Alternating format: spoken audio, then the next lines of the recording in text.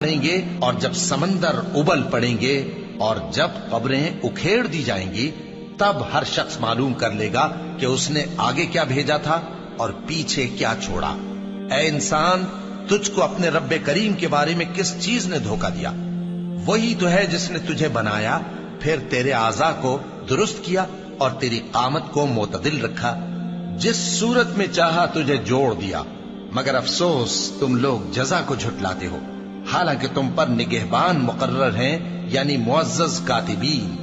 جو کچھ تم کرتے ہو وہ اسے جانتے ہیں۔ بے شک نیکوکار نعمتوں کی بہشت میں ہوں گے اور بدکردار دوزخ میں، یعنی جزا کے دن اس میں داخل ہوں گے اور اس سے چھپ نہیں سکیں گے۔